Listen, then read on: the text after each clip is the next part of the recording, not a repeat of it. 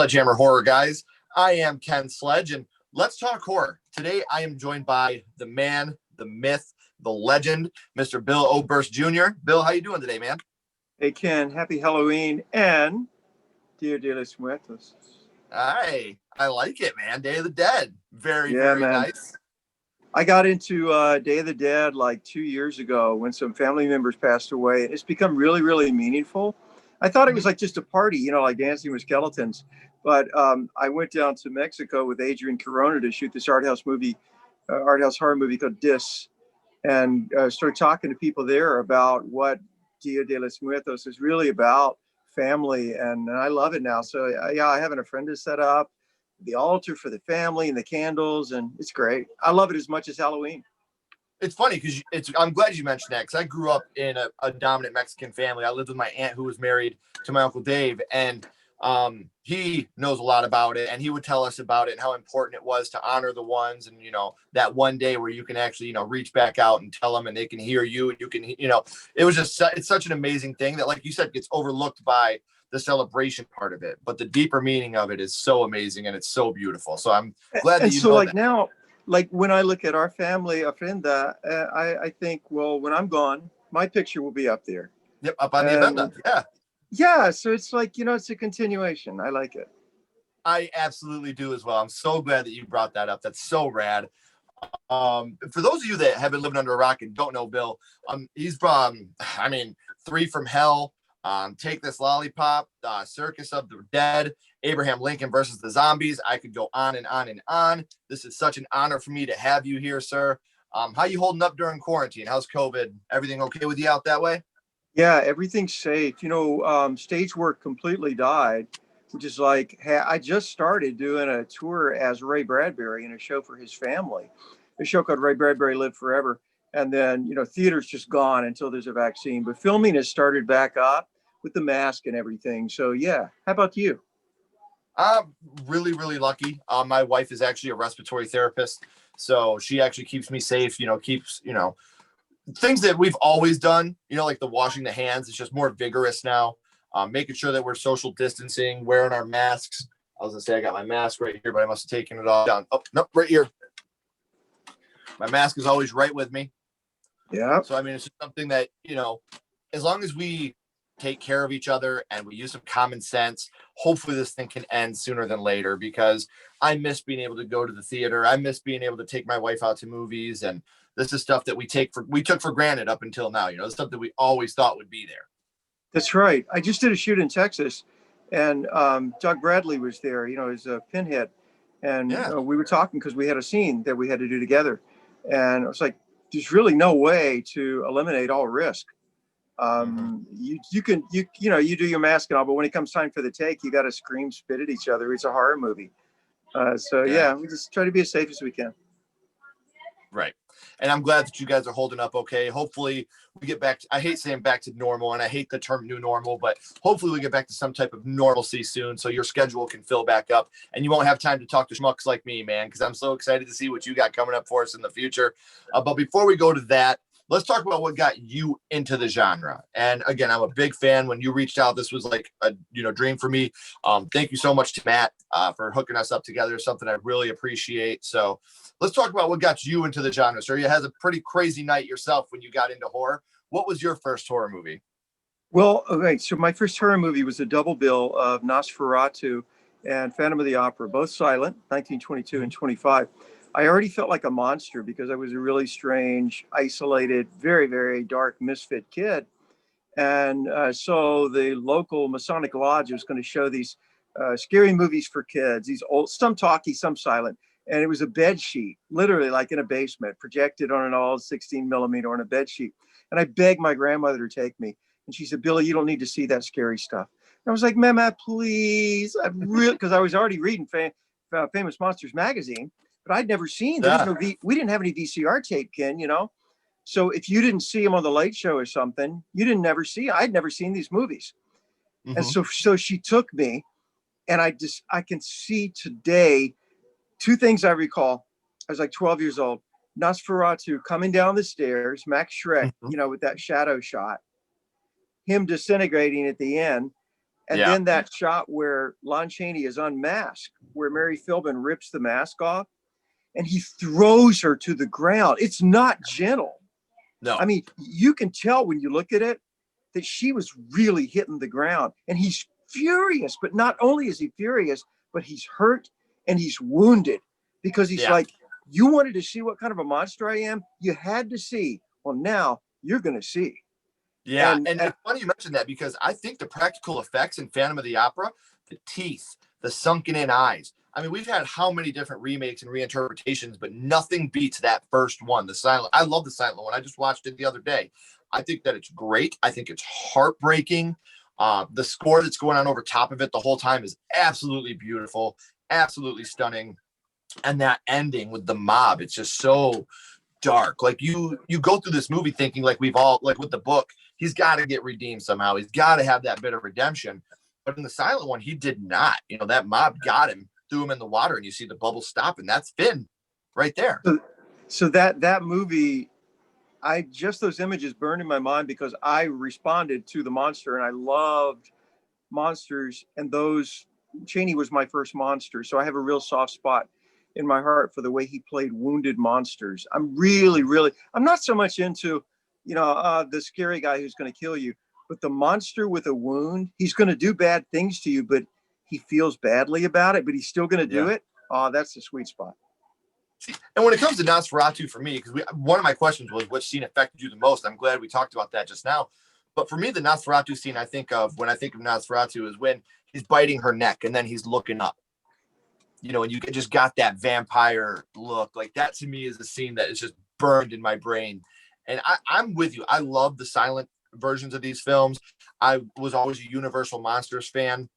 Growing up, I love that stuff, and we were just talking the other day. I think Creature of the Black Lagoon is one of the most underrated of the Universal monsters, but Nosferatu's on there too, because Nosferatu kind of gets that overlook of Dracula, and are Dracula and Nosferatu, what are the similarities? What are the differences? But Nosferatu, that first silent film, that's another with the practical effects. He looks so monstrous and so scary. And master. And you know what, Ken, like you're talking about, the moments you're talking about, like the best moments in Creature of the Black Lagoon for me were the underwater, the nonverbal moments. Same with the silence and all the Universal. My favorite moment in the 1931 Frankenstein is him reaching up to the light. So much of horror is nonverbal. Yes. And so when I get to do a film where I don't have to speak much, that's exquisite for me. Well, I was talking to somebody else that said, and the way they said it really hit with me, because it's true. A lot of the silent films from back then said a lot more than the talkies did. Like you watch Phantom and you feel sadness, you feel heartbreak. You don't hear the words, but you feel the words. You don't have to read them on that screen. You know what they're saying. And you were talking about when she gets thrown to the ground, but also when the carriage flips over, and he runs up and he grabs her, like you're watching that, like, oh my gosh, she took a bump there. Like she laid herself out for that film, and she did such an amazing job. And if you guys have not seen the original silent Nosferatu or the original silent Phantom of the Opera, they are available on YouTube. I'll put the links down here in the description. You can watch them free. I know it sounds silly, a silent film, what? You feel the emotion, and the soundtrack over top of Phantom of the Opera especially, that score is so beautiful throughout the whole film, and you just so entranced by this movie and by the acting, and you don't have to hear the words in order to feel what they're feeling in these films. So I'm so honored I get to talk about these with you, Bill. This is so cool. So now I want to know, we've talked about that was your first movie night, but what I would like to know, which one of these films affected you more in the grand scheme of things? Would you say it was Phantom, or would you say it was Nosferatu? It was Phantom, because Phantom was Chaney to me, and Chaney famously said he didn't like a lot of publicity as himself. He said, "There is no Lon Chaney in between movies. My job is to bring humanity to my monsters. If you want to write about something, write about my monsters." Mm-hmm. And that resonates with me. I've never been interested in just yapping about, hey, here's what I'm doing. I don't even care myself, let alone what anybody else. But to talk about monsters, I love doing that, because I think we all feel like monsters. Mm-hmm. And the more that we're aware of our own monstrosity, the less we will treat other people like monsters. And a lot of the times, like it's been said, you're never the villain in your own story. But there are definitely times where like you can relate to Phantom, and I'm not talking about literal, but we've all felt that way. That monster inside of us that wants to come out, and then people want the monster. You get the monster, then you don't want that monster anymore. Right. And little things like another scene that I've always remembered from Phantom, and I don't know why this one stuck with me so much, but when he's up watching her on stage and they hand him the note, that's just like, I can't explain, but don't contact me anymore. Feeling his heartbreak when he's the anger and heartbreak as he's reading this note. Yes. You don't need the words to feel what he's feeling in that moment. And something Chaney didn't get in the movie that he lobbied for, but they wouldn't let him. Eric was born this way in the book. In the book, he is born deformed, so much so that his parents won't even look at him. They give him a mask and they sell him to a traveling carnival. So he's raised entirely by people who exploited him and displayed him naked and made him do tricks and taught him to be an executioner.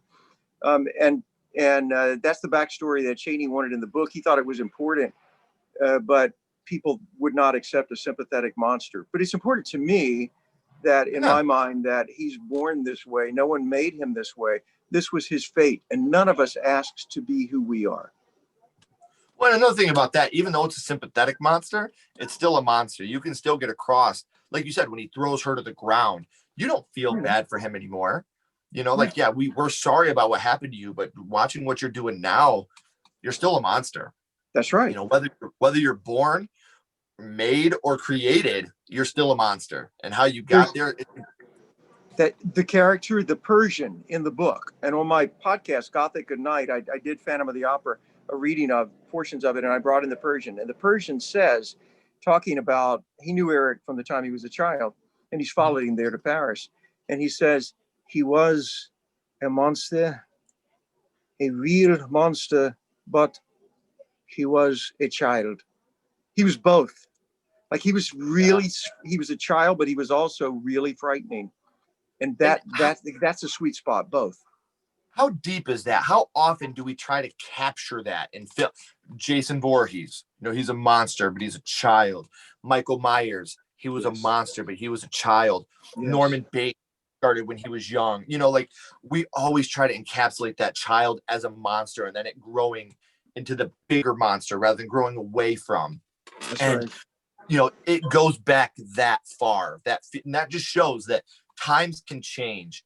Human emotion really does not. We still feel the same way that we felt back then, begging for this child not to become the monster that it eventually becomes, knowing that it is. Look at Halloween, the blackest eyes. I seen the blackest eyes. It's always been that ongoing struggle of monster and child, because those are the two things you don't want to see together. Damien, Reagan, it's though that thing you don't want a child monster, but what's scarier than a child monster that grows into the monster? That's right. So now I want to talk about Nosferatu a little bit. We spent a little bit more time on Phantom, but with Nosferatu, what a lot of people don't understand with this movie is there's a whole deeper element to Nosferatu. And when it comes to Nosferatu, what would you say your favorite scene is from that film? The stairs, but also the ship. And they didn't have much practical effects then, but him on the ship alone, the whole crew has been killed, slaughtered. Yeah. And this ship is just hellbound for England and the evil that's coming. I really like the image of the vampire at sea on a derelict ship. Yeah. And it's one of those things, like you said, they didn't have the ability then to make Nosferatu a bat and then fly. So to get him there on the ship is just so brilliant. And Nosferatu is another one that you've seen. They actually just did a new TV series, Nosferatu. I don't know if you've seen that or not. No. It was pretty good. I believe it's on Amazon Prime. It's either on Prime or Hulu. It's not bad, but I'm one of those ones that I'm a sucker for this original one. I love the way he looks. Everything about him is just almost fear encapsulated to me. So I'm very happy that we get to talk about this, because a lot of people my age, when they think of Nosferatu, they think of a SpongeBob episode with Nosferatu flipping the light on and off, and when you see that, you don't really get to understand how scary this movie is. I mean, this is one of those movies that is bone-chillingly terrifying. And for being a silent film, for it still to be able to do that to you. I still get goosebumps when I watch that movie because you don't need the voice to feel the fear that these people are feeling. So I'm It's very, very. it's one of those movies that you shouldn't watch with your buddies. You should watch it just at 3 a.m. If you wake up Yeah. randomly, just turn on the iPad and watch it in the middle of the night when it's completely still, and it'll creep you. Oh, absolutely. So we've talked about the first horror movie, which was an amazing night for you. I'm so jealous that you got that night of the horror for those two. But I want to ask you a deeper question here. What is your favorite horror movie? You know, I go back and forth, and there's so many I like, but I can't ever get away from The Exorcist is the answer. And it's because The Exorcist understood that to have great horror, you have to have strong evil and strong good. Yes. Put them in opposition to each other, and then at the end, don't tell me which one won. Leave it ambiguous. They did that perfectly. And so many horror movies, I think, err on the side of making evil the only force in the world. And you don't get the battle then. But it kept flipping, it kept flipping sides. This course kept changing in The Exorcist. Mm-hmm. And I think that's why it was so scary. Well, you can't have good without evil. It's yin and yang. If you didn't have evil, you wouldn't know what good was. You can't live your whole life in happiness. You can't live your whole life in sadness, because if you do, you won't know what the other one is. So I completely agree with you. And I mean, I've talked about it when it comes to the way that movies affected people on a whole. I don't think we'll ever have what we had with The Exorcist and the Blair Witch Project. The way those movies, I mean, the Blair Witch was genius because you weren't able to just grab your phone and do research on Google. People didn't know, is this real? Is this fake? And The Exorcist, people were crying, leaving the theater, puking. I mean, that movie, and I've talked about this before on the podcast. People are probably sick of hearing this, but I grew up in a video store. My parents owned a video store. And The Exorcist is the only film in my 34 years of life that my mother told me as we were watching it, she shut it off and said, "You can't watch this." That's the only one. My mom got scared. We got to the crucifix scene and she was like, "Nope, we're done. You're not watching this." So The Exorcist to me will always have that stigma around it because it's the only one that my mom was like, "Nope, we're done here. You can't do this." I went to a seminar with Dick Smith before he died. Such a wonderful, wonderful, giving man, because special effects makeup's always been an interest of mine. And he was talking about a night when he had the head-turning dummy of Reagan. He had to take it home and repair it, and he got stopped by the police.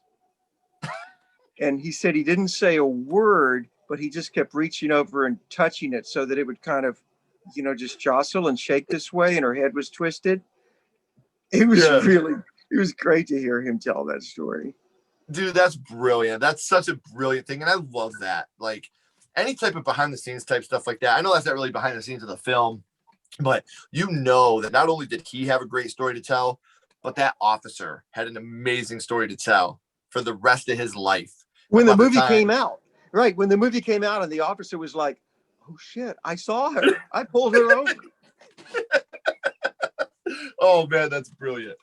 So we always end this with a skull count, sir. And now we're going to do a double skull count because we have a double feature here. So 0 is the worst, 5 is the best. You can use half and quarter skulls. What would you rank Phantom of the Opera, 0 to 5 skulls? I'm going to give it 5 skulls, not because it's a great movie by today's standards, but because it's a landmark movie. Yeah. I'm fine with that. Now, what about Nosferatu? Same thing. I'm going to give Nosferatu a 4.5 for the same reason, because it's burned into our psyches. Both of these are really crude by today's standards. I guess they're like, if you like Westerns, they're like a John Ford Western. Maybe not technologically as adept, but it just burned the image of what these monsters were into our minds. Mm-hmm. And I mean, look at Phantom still gets remade today.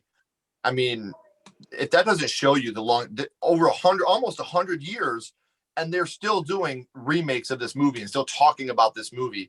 Everybody knows the Phantom of the Opera. Everybody. Would you let me make a quick plug to your viewers, who I know many of whom are filmmakers? 100%. Guys, girls, Phantom of the Opera is in the public domain, the original novel. And for years, I have been encouraging young filmmakers, take the story, rip it out of the frame. It doesn't have to be in the Paris Opera House, but the important element is that Eric was born the way he was born, and I want to play Eric. And for years, I've been encouraging people that are like, oh, we couldn't do the Paris Opera House, but this is a character I want to play, and you can put it in any setting you want if you just retain the elements of the story, and it's all public domain. That's And what I I'll was just help gonna you. say, public domain. So you guys, not only would you get the chance to remake and make it your own of Phantom of the Opera, but to work with Bill, that would be absolutely incredible. I'm gonna spread the word around about that if you don't mind, sir. I would love to try to do that. Thank you, man. Bill, don't go anywhere. I got a couple more questions for you. Everybody else, thank you for tuning in. We appreciate you so much. Keep talking horror, stay what you are, and we'll see you guys soon.